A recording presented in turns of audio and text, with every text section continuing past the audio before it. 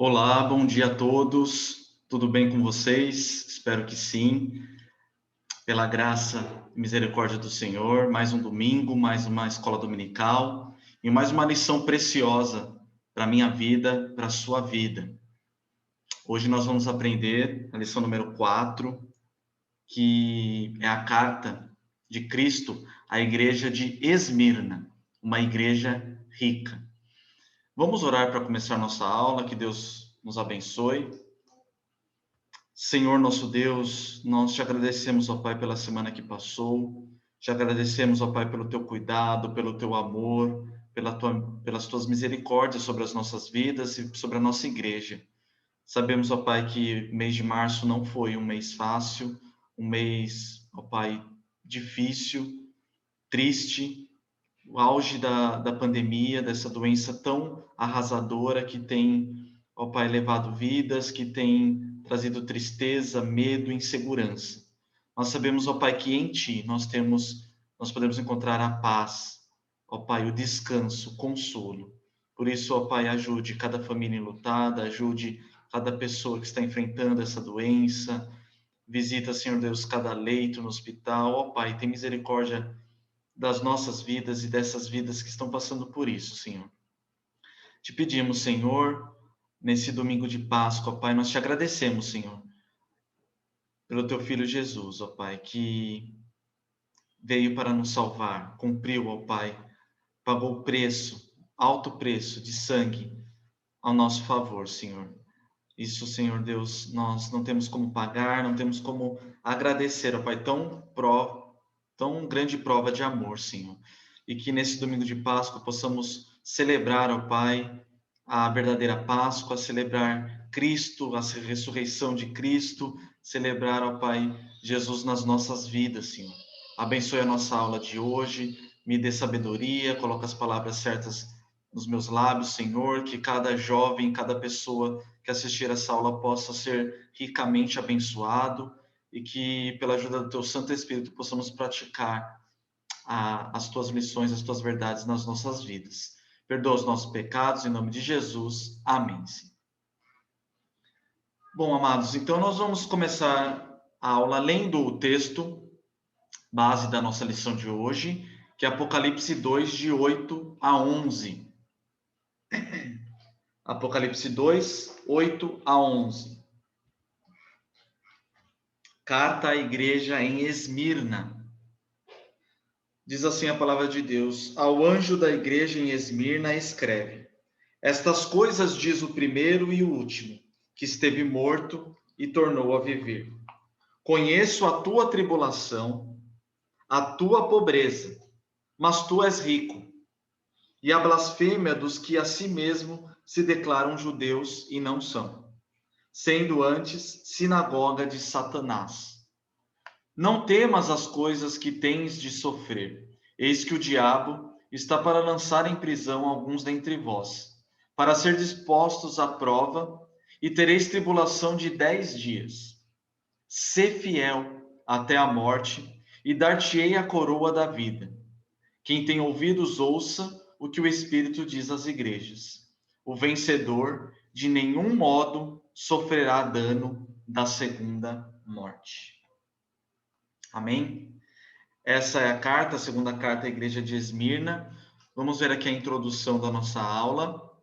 Olha só, das cartas destinadas às igrejas em Apocalipse, somente duas não receberam palavras de desaprovação. Uma delas foi Esmirna. Então, Esmirna não recebeu de Cristo nenhuma palavra de desaprovação. Como que era Esmirna? Esmirna era uma cidade importante, muito populosa, do primeiro século, e era conhecida por sua beleza. Era uma cidade muito linda, muito rica em beleza.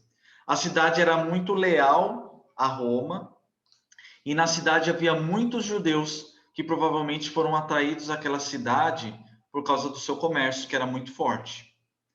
A igreja de Jesus também cresceu naquela cidade pela propagação e proclamação do evangelho.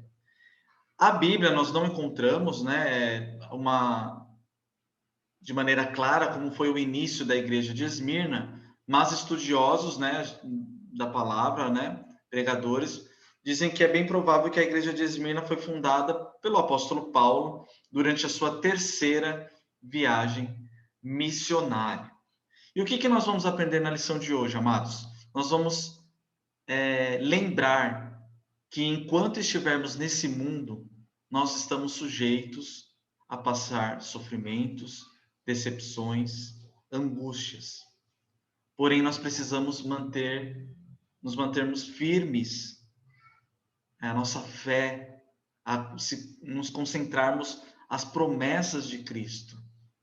Se a gente se manter firme, se a gente resistir, se a gente olhar para Cristo e para suas promessas que vão se cumprir, nós teremos sim coragem e perseverança, como teve a igreja de Esmirna, e nós vamos ver nessa lição. Olha aqui, trouxe esse slide para vocês. Esmirna significa mirra. O nome significa cheiro suave por causa das plantações de mirra e amargura pelo sabor. Esmirna possui um grande mercado, aqui o comércio, mercado público de 3 andares. A cidade sofreu vários terremotos e havia ali naquela cidade Jogos Olímpicos, onde os vencedores recebiam coroas de ouro. Primeiro ponto da lição fala sobre o Cristo ressurreto.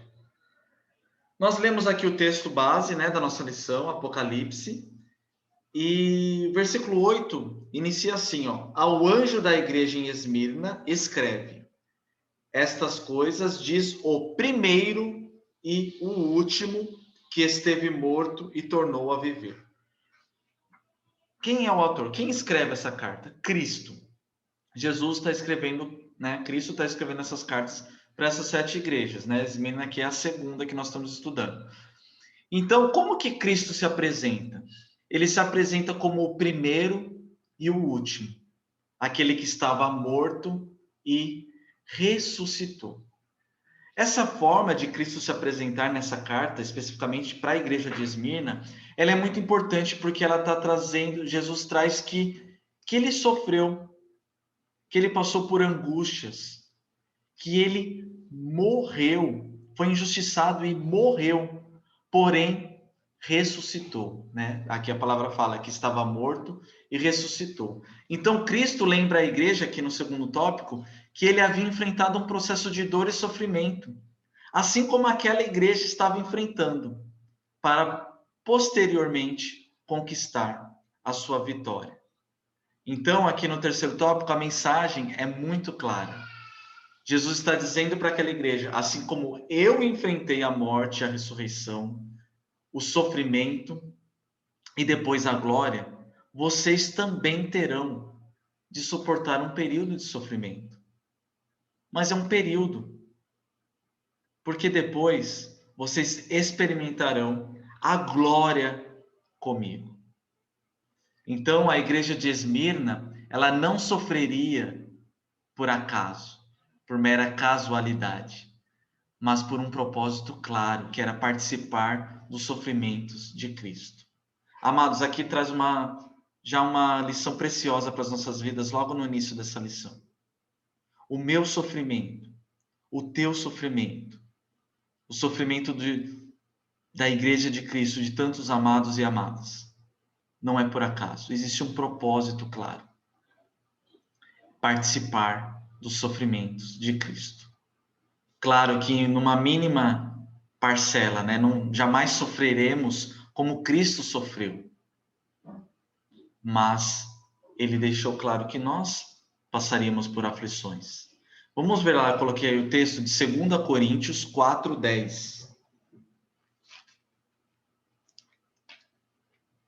2 Coríntios 4, versículo 10.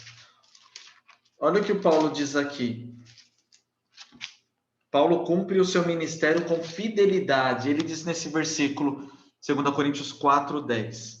Levando sempre no corpo o morrer de Jesus, para que também a sua vida se manifeste em nosso corpo. Paulo levou o morrer de Cristo no corpo. Paulo sofreu, foi preso, açoitado, tantas coisas. E muitos irmãos nossos no passado morreram e atualmente também vemos muitas portas abertas, missões em países onde o evangelho é proibido, né? A proclamação do evangelho é proibida.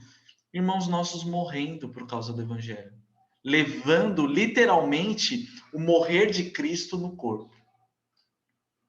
Hoje, talvez eu e você não precisamos morrer literalmente no nosso corpo físico por Cristo. Não sei futuramente. Mas nós devemos participar desse sofrimento de Cristo. Porque o mundo odeia Cristo. O mundo odeia Cristo. Finge aparentemente que eu acredito, mas o mundo odeia a igreja, odeia Cristo, persegue a igreja. Não só na época de Esmirna, mas também hoje. No Brasil, um outro tipo de perseguição.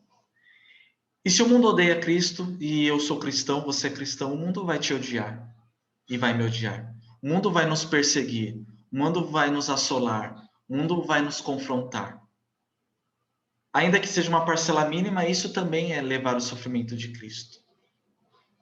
Então, a igreja de Esmirna, Jesus já se apresenta aqui que ele sofreu, que aquela igreja estava sofrendo perseguição, pobreza, assolação.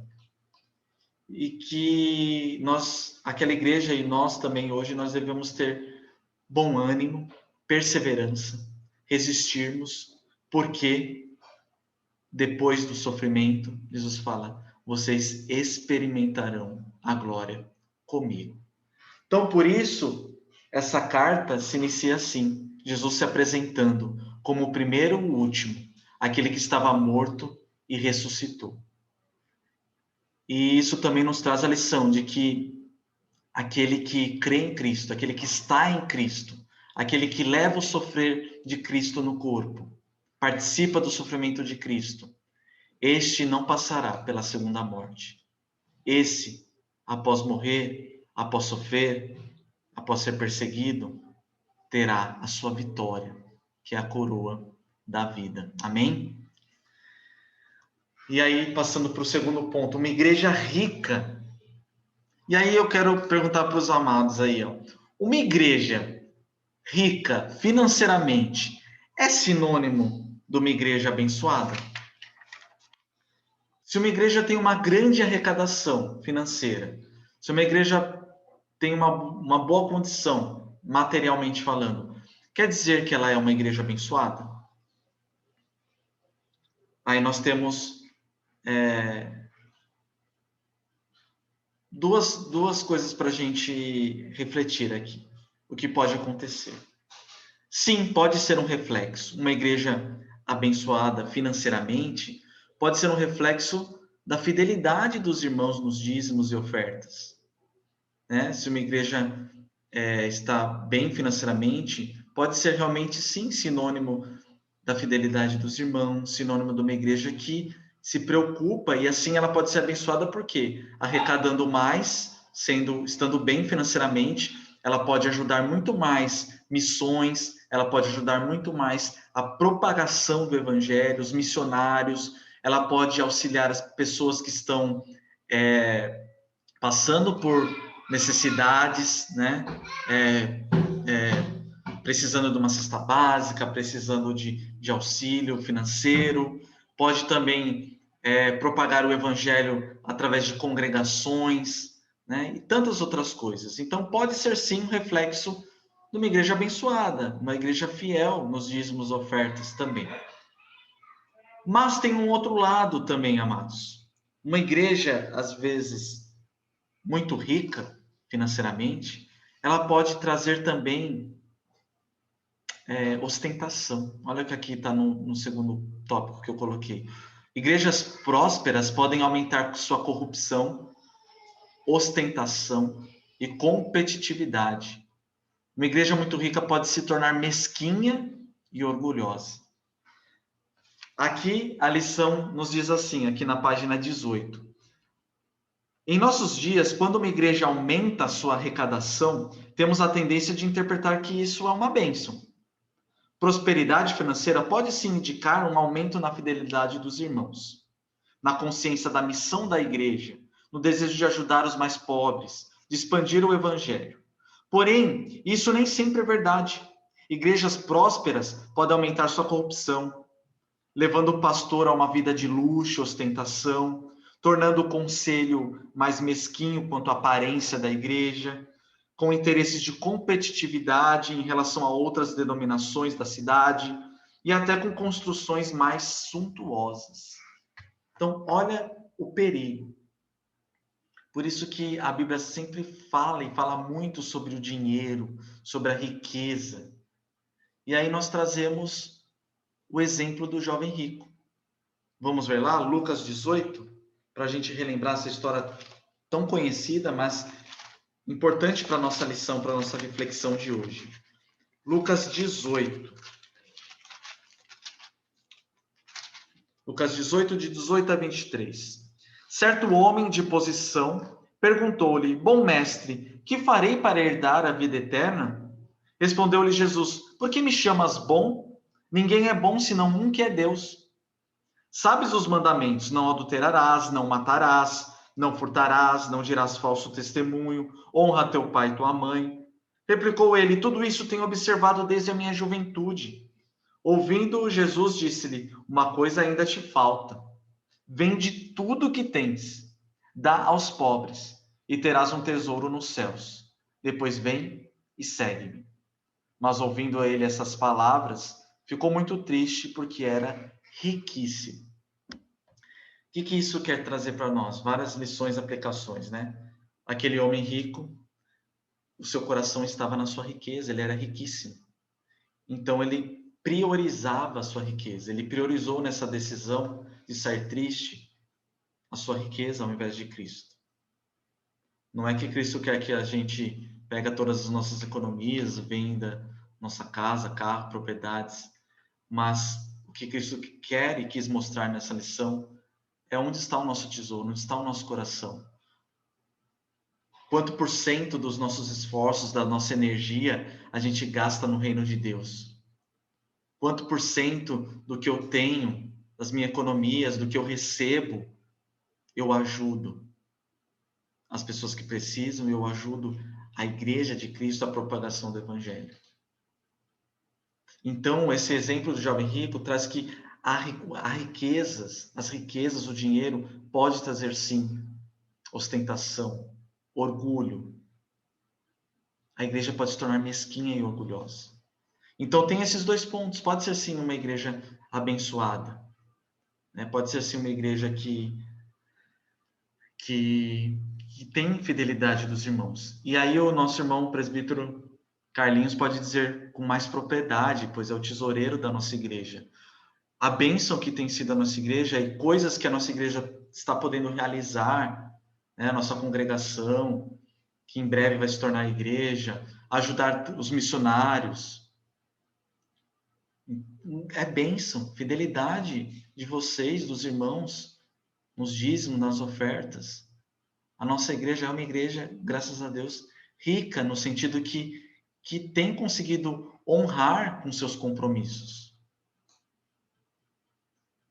Mas existe, aí é de reflexão, existe ostentação, existe orgulho nisso, existe uma certa mesquinharia, isso não pode existir, né? Então, nós vemos, né, o nosso templo é um templo simples, né? Mas é aconchegante, é um templo que Deus preparou, um lugar que Deus preparou, né? É um bairro simples, uma rua simples, um templo simples, porém necessário, né, para nós nos reunirmos. Claro, né, conforme a igreja cresce, a igreja vai precisando de um lugar maior. E a igreja também precisa de uma estrutura, né? Melhores, aí pessoal do louvor, jovens, né, que estão mais envolvidos, melhores microfones, instrumentos, caixa de som, não só isso, né? Outras coisas, né, que a nossa igreja precisa. Porém, aqui no quarto tópico, trazendo para vocês, para a nossa reflexão. Contudo, nós não temos, contudo, uma condenação da riqueza na Bíblia. Deus não condena a riqueza, quem é rico, e nem exalta a pobreza. Olha só, eu só abençoo, só gosto de quem é pobre. Mas existe na Bíblia um ensino sólido de que a condição espiritual de uma pessoa independe da sua circunstância material. Não é se uma igreja é rica ou pobre financeiramente que ela é aprovada por Deus. E sim se ela é fiel. E sim se ela prega verdadeiramente o Evangelho. E sim se ela se preocupa com o próximo, com a propagação do Evangelho. E sim se ela dá um bom testemunho, se ela é sal e luz. É isso que Cristo quer ver na igreja. O que Cristo quer ver na quarta igreja e nas nossas vidas é isso. Não quanto nós estamos ganhando financeiramente, não quanto o nosso templo é bonito, mas o quanto nós somos fiéis, o quanto nós somos verdadeiros, o quanto a nossa adoração, a nossa entrega é real, o quanto a gente se dedica, se doa pela nossa igreja, pelos nossos irmãos, pela nossa comunidade, pela nossa cidade. Vamos ver lá Filipenses 4, de 10 a 13.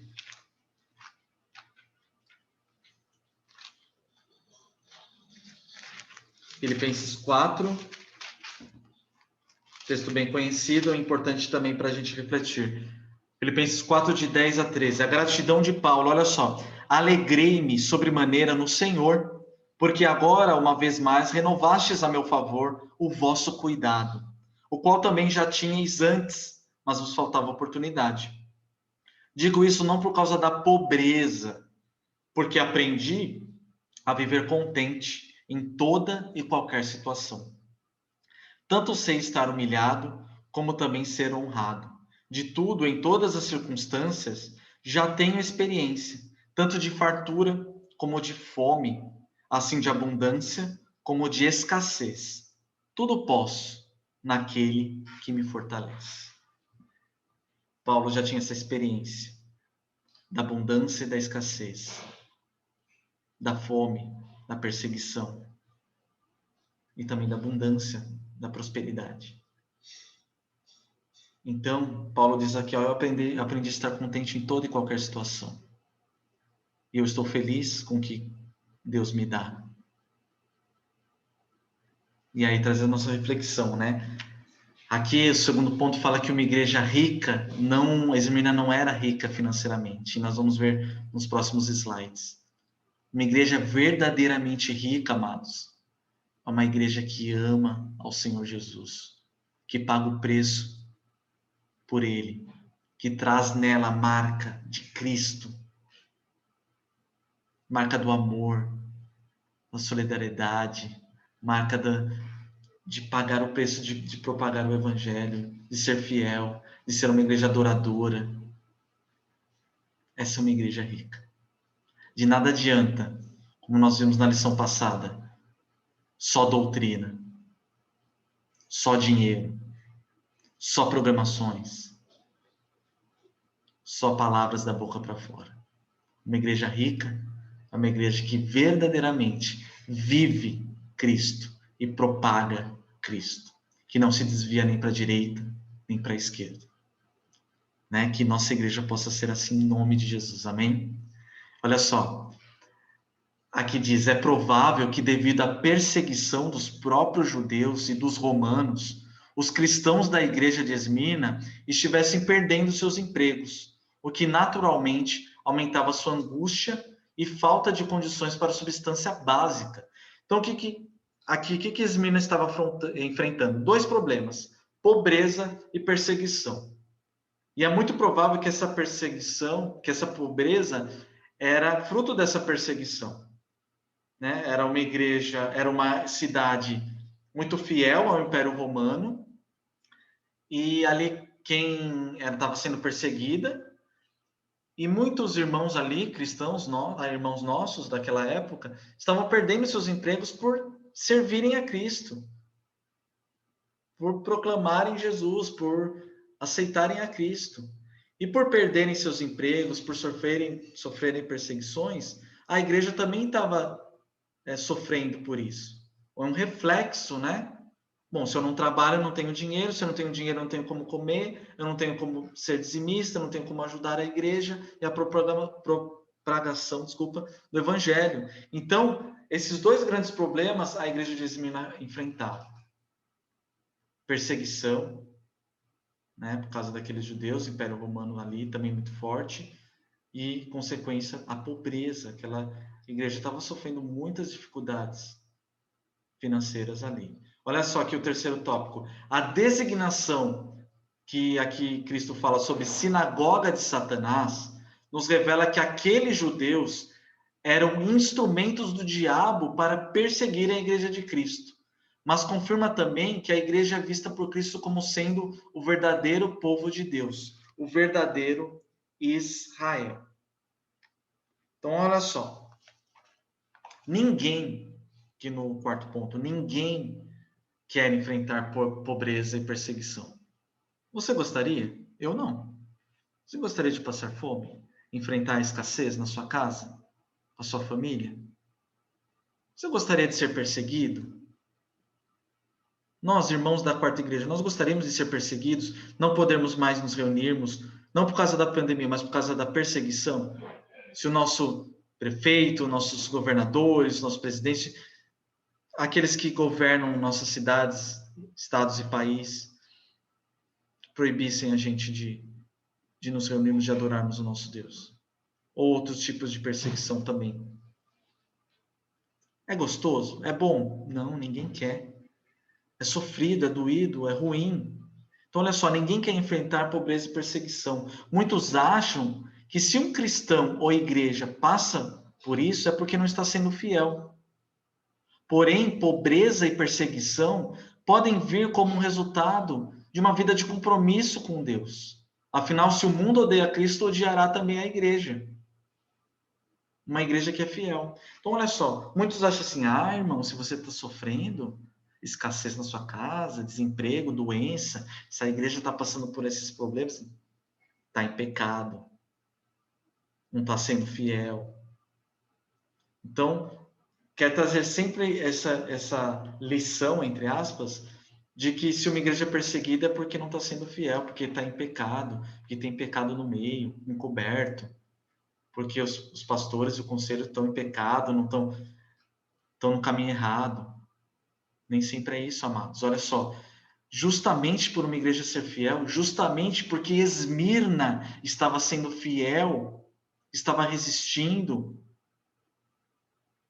ela estava sendo perseguida e sofrendo essa pobreza, essa fome, essa miséria e essa perseguição, justamente por causa da fidelidade. Então, tomar muito cuidado, né? A gente fala da lei da semeadura, né? A gente colhe o que a gente planta. Plantamos o bem, colhemos o bem, plantamos o mal, colhemos o mal, e assim por diante. Consequências dos nossos atos. Isso é bem verdade. Mas tomar cuidado com toda e qualquer situação, aplicar a lei da semeadura. Se eu passar por um desemprego, se eu passar por uma enfermidade, se eu passar por um luto, isso não significa castigo de Deus. Isso nem sempre significa que eu não estou sendo fiel ao meu Deus. Mas pode ser justamente fruto da minha fidelidade. E aí sim eu sou injustiçado no trabalho, e aí sim eu não minto, eu não faço falcatrua, então eu sou perseguido no trabalho, então muitas vezes eu não consigo uma promoção, muitas vezes parentes e amigos viram as costas para mim, para a gente. Então, ou seja,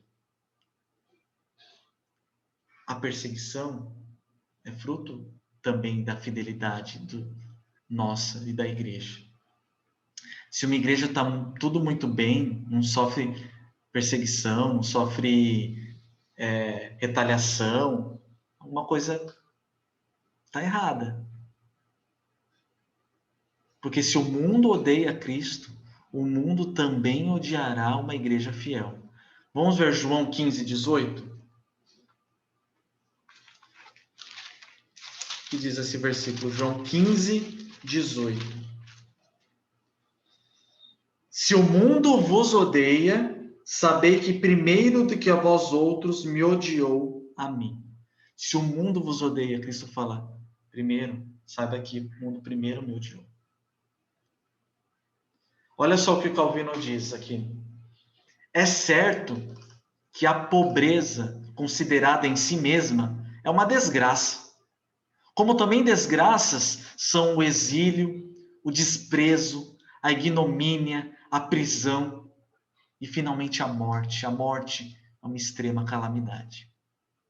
Mas quando Deus tem em vista manifestar o seu favor, nenhuma dessas coisas há que ele não torne em bem e em felicidade. Saibamos, então, preferir o testemunho de Cristo a uma falsa opinião proveniente da nossa carne. Olha que interessante, olha que rica essa palavra de Calvino. A morte é uma desgraça, uma calamidade. Quantas pessoas estão perdendo por causa dessa pandemia? Pessoas amadas, pessoas queridas, amigos, familiares. É uma desgraça. O desprezo, o exílio, a prisão, a fome, a perseguição. Olhando, não há nada de bom nisso. Mas Deus usa isso sempre em favor do seu povo. Ele transforma mal em bem. Ele transforma a tristeza em felicidade. Uma situação totalmente ruim, ele transforma em algo bom para nós. Em lição, em aperfeiçoamento, em fortalecimento da nossa fé, em união da igreja em oração, em ajuda pelo próximo. Durante esse 1 ano de pandemia, quantas oportunidades nós tivemos de estarmos mais solidários, mais unidos, mais amor pelas pessoas e também pelo Evangelho. Muitos agiram assim, outros não resistiram, ficaram pelo caminho ou estão tristes e viraram as costas para Deus nesse momento. Então, olha só, saibamos preferir o testemunho de Cristo a uma falsa opinião proveniente da nossa carne. Então, amados, não dê ouvidos a opiniões, não dê ouvidos a achismos, não dê ouvidos a pessoas que preveem coisas ruins. A palavra final, ela é de Deus. E é uma palavra de vitória, uma palavra que traz consolo para nós. Então, essa pobreza e essa perseguição da igreja, ela não estava sendo. Esmirna não sofreu nenhuma palavra, não levou ali de Cristo na carta, nenhuma palavra de reprovação. Pelo contrário, né? Jesus falou assim: tu és rico. Você está sofrendo pobreza, perseguição, mas tu és rica. Rica em fidelidade, rica em amor, rica em resistência. Então, uma grande lição para nós nessa manhã, essa carta à igreja de Esmirna. Terceiro e último ponto, a coroa da vida. Olha só, né? A igreja ela já estava habituada a enfrentar perseguição, pobreza, desprezo, porém ela é alertada que as lutas ainda não haviam terminado e uma severa batalha ainda estava por vir. Olha só lá, Apocalipse, que Jesus disse no final da carta para aquela igreja. Não temas, versículo 10, não temas as coisas que tens de sofrer. Eis que o diabo está para lançar em prisão alguns dentre vós, para ser dispostos à prova, e tereis tribulação de 10 dias. Ser fiel até a morte, dar-te-ei a coroa da vida. Esses 10 dias, muito provável que seja simbólico. Jesus falando que, olha, vocês estão sofrendo, tá difícil, a perseguição, a pobreza, mas vocês vão sofrer ainda mais.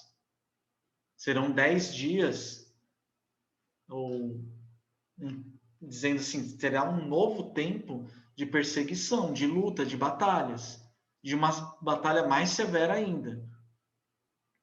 Então, olha aqui no segundo tópico, a aprovação, ela é real e está na agenda de Deus para todo o seu povo. Mas a provação, a luta, a perseguição, a dor, o sofrimento, não marca o fim da nossa história.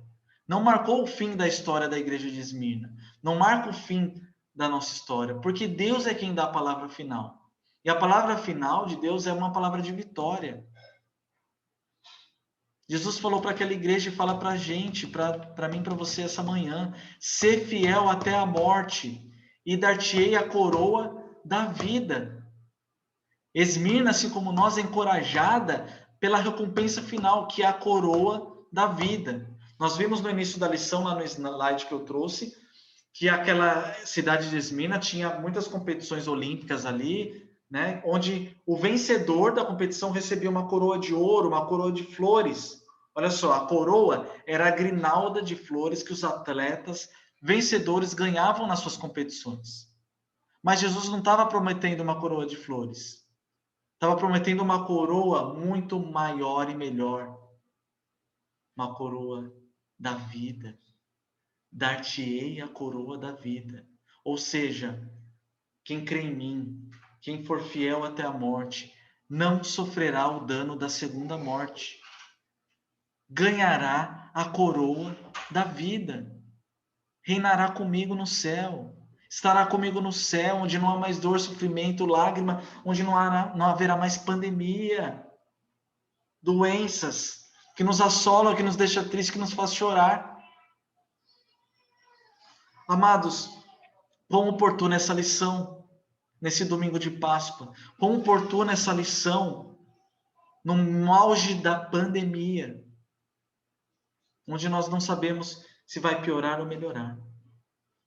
Mas uma coisa nós temos a certeza, e essa manhã Jesus fala para a minha vida, para a sua vida.